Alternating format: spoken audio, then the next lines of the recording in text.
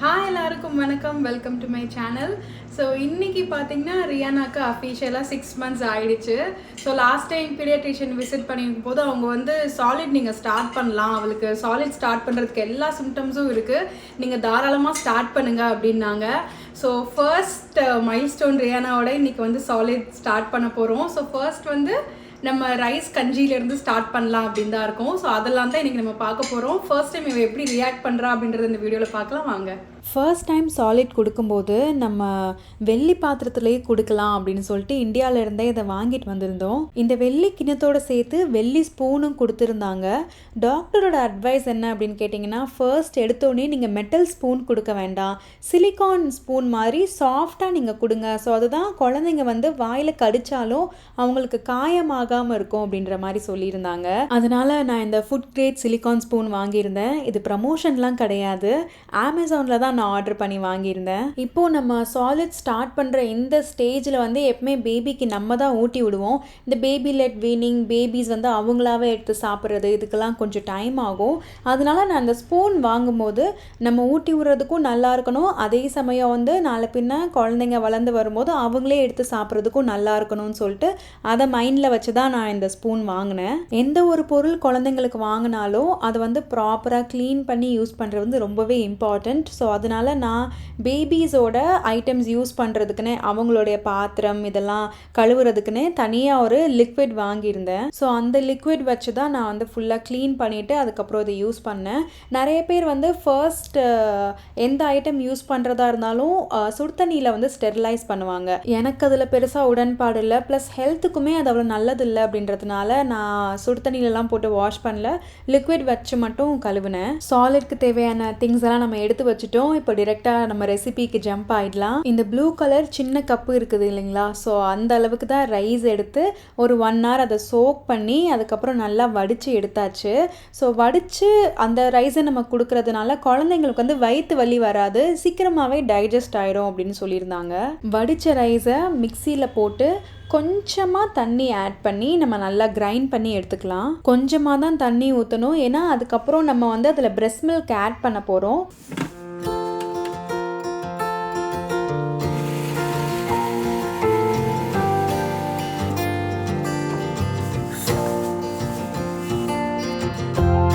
இப்போ நம்ம திக்கான கன்சிஸ்டன்சியில் இதை நம்ம அரைச்சி எடுத்தாச்சு. இதில் நம்ம பிரெஸ்ட் மில்க் ஆட் பண்ணி கொஞ்சம் தோசை மாவு பதத்தில் கலந்து எடுத்துக்க வேண்டியதுதான். குழந்தைங்க இவ்வளோ நாளாக பிரெஸ்ட் மில்க் மட்டுமே குடிச்சிருப்பாங்க. ஸோ தாய்ப்பால் அப்படின்றது வந்து அவங்களுக்கு ரொம்ப பழகின ஒரு விஷயம். ஸோ அதை நம்ம கலந்து கொடுக்கறது மூலயமா அவங்க வந்து குவிக்காக சாலிடை வந்து சாப்பிட ஆரம்பிப்பாங்க. ஸோ ஃபர்ஸ்ட் டைமே வேறு ஒரு ஃபுட்டு சாப்பிட்ற மாதிரி இருக்காது, ஆல்ரெடி அவங்களுக்கு ஃபெமிலியரான மில்க் ஓரியன்ட் ஃபுட்டே சாப்பிட்ற மாதிரி இருக்கும். அப்படின்றதுனால என்னோட பீடியாட்ரிஷியன் சொன்ன ஒரு அட்வைஸ் தான் இது. ஸோ ரைஸோடு சேர்ந்து நீங்கள் இந்த மாதிரி பிரெஸ்ட் மில்க்கும் மிக்ஸ் பண்ணி கொடுங்க அப்படின்ற மாதிரி சொல்லியிருந்தாங்க. சாப்பிடுவோமாமோ? சாப்பிட முடியனா? ஸ்டார்ட் பண்ணுவோமா? பார்த்து ரொம்ப டைட்டாக இருக்கு. போட்டு போட்டு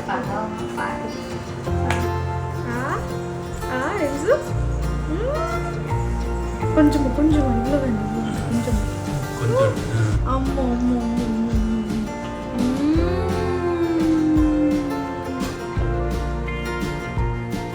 மம்மி வாங்க.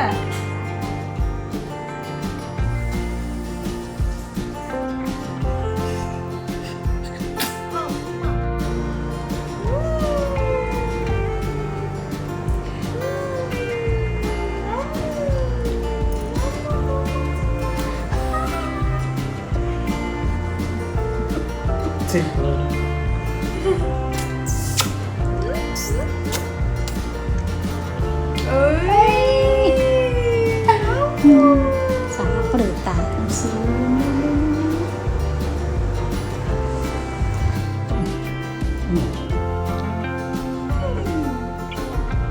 சூப்பர் அம்மோ, சாப்பிடுங்க சாப்பிடுங்க சாப்பிடுங்க.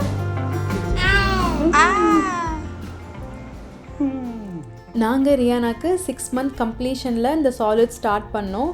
இஃப் இன்கேஸ் நீங்கள் உங்கள் குழந்தைக்கு வந்து சாலிட் ஸ்டார்ட் பண்ண போகிறீங்க அப்படின்னா ஃபர்ஸ்ட் உங்கள் பீடியாட்ரிஷியன்ட்ட வந்து கன்சல்ட் பண்ணுங்கள். இப்போ நம்ம ஸ்டார்ட் பண்ணலாமா, இல்லை சில குழந்தைங்களுக்கு கொஞ்சம் ஏர்லியராக ஸ்டார்ட் பண்ணுற மாதிரி இருக்கும். ஸோ அதெல்லாம் என்ன அப்படின்னு சொல்லிட்டு உங்கள் பீடியாட்ரிஷியனில் எப்போவுமே வெல் இன் அட்வான்ஸ் நம்ம டிஸ்கஸ் பண்ணிவிட்டு ஃபர்ஸ்ட் ஃபுட்டும் என்ன கொடுக்கலாம் அப்படின்ற அவங்க கைடன்ஸோடு நம்ம சாலிட் கொடுத்தா எப்போவுமே நல்லாயிருக்கும். எனக்கு என்னோட பீடியாட்ரிஷியன் ஃபர்ஸ்ட் நீங்கள் ரைஸ் கஞ்சியிலேருந்து ஸ்டார்ட் பண்ணுங்கள், அதுதான் ஸ்டேஜ் 1 ஃபுட் அப்படின்னு சொல்லியிருந்தாங்க. ஸ்டேஜ் 2 வந்து நீங்கள் வெஜிடபிள் பியூரேலாம் கொடுக்கலாம். Carrot puree, sweet potato puree இதெல்லாம் நீங்கள் கொடுக்க ஸ்டார்ட் பண்ணலாம். அது ஸ்டேஜ் 2.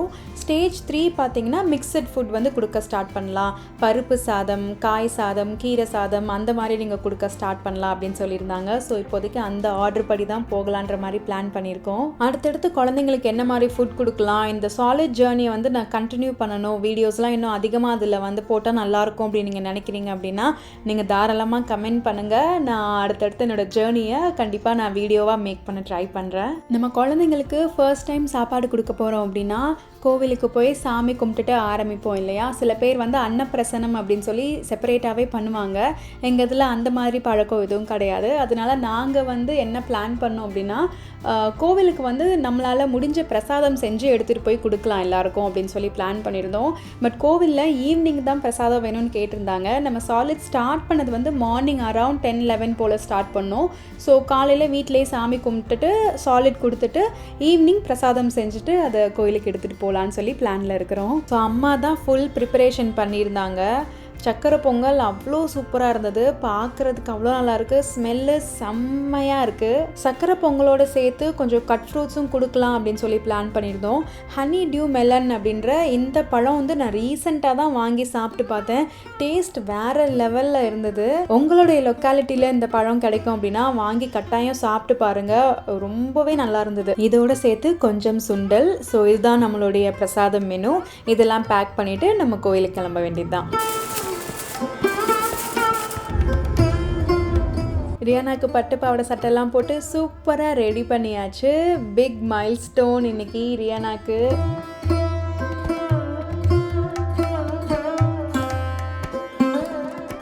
ரியானாக்கு வெயில் பற்றக்கூடாது அப்படின்னு சொல்லிட்டு அவங்களுடைய தாத்தா அவளை அப்படி ரிவர்ஸில் வெயிலேருந்து ப்ரொடெக்ட் பண்ணி கூட்டிகிட்டு போயிட்டுருக்காங்க.